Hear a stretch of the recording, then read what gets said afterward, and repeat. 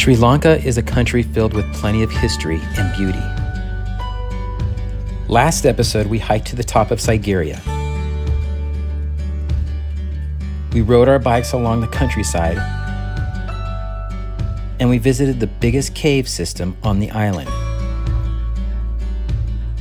From Dambulla, we head down south to the last capital of the ancient kings era of Sri Lanka, Kandy. In the center of town, three-wheelers careen around slippery corners, raising a soft spray that threatens the silk saris worn by local women.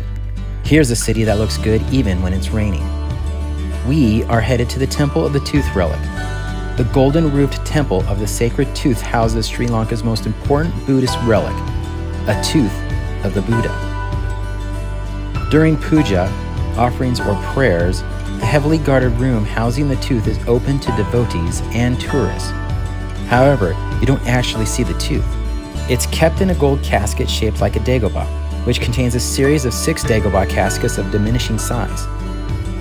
The complex can get crowded as it receives many worshippers and tourists. You must wear clothes that cover your legs and your shoulders, and remove your shoes. Within the world of religion, relics are either the personal belongings or surviving body parts of a saint or other notable holy person. Sometimes a relic can just be an item that people are reasonably sure the holy person in question has touched. The one who holds Buddha's tooth is said to have the divine right of rulership. Naturally, wars were fought over it. Singapore likewise claims to have the real tooth and nothing but the tooth at its Buddha Tooth Relic Temple and Museum, a beautiful and elaborate tourist destination in Chinatown. At the end of the night, we were entertained by a couple of brave souls that had what seemed to be a fireproof mouth and feet. They put on a wild show as they marched to Sri Lankan music along burning hot coals. The crowds oohed and awed, but I was mesmerized. I mean, I've always dared my brother to do something like this, but I've never actually seen a person be crazy enough to do it. This was a wonderful presentation of Sri Lankan culture. It was a fantastic treat. As this story continues, we find ourselves deeper into the mountains of central Sri Lanka.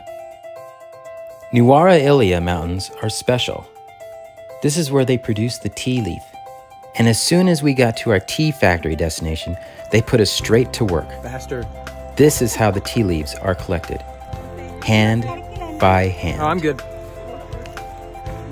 Here, you can witness how locals produce one of the most widely consumed drinks at Glenlock Tea Factory. The factory had humble beginnings, but over time, it has put Sri Lanka on the map as the 4th largest producer of tea in the world. One of its founders was Sir Thomas Lipton, a name widely recognized on tea boxes, who purchased this tea estate and factory in the late 19th century.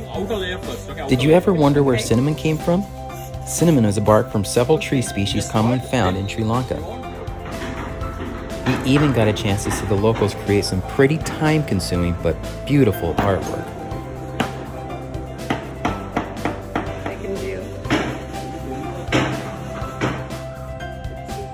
But now it was time to experience the major attraction that we've been looking forward throughout our trip, the Sri Lanka train to the 9-Arch Bridge.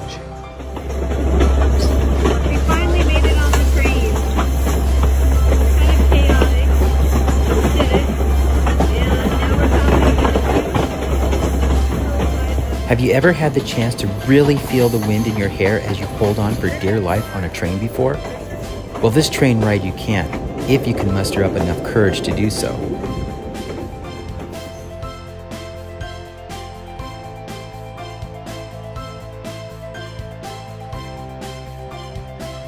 The 2-hour ride was not long enough. We couldn't sit still for one moment.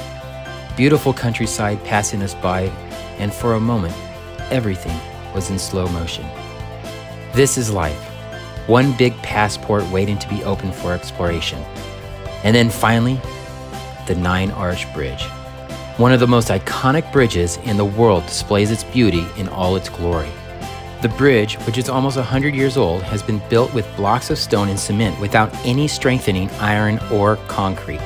The giant arches take the bridge on a curved path to link the mountains. The best time to be there is when the train is passing. So check the train schedule before you go. We loved everything about the train ride and wanted more time to explore the small town of Ella, but it was time to see what was next on the last page of our Sri Lanka tour.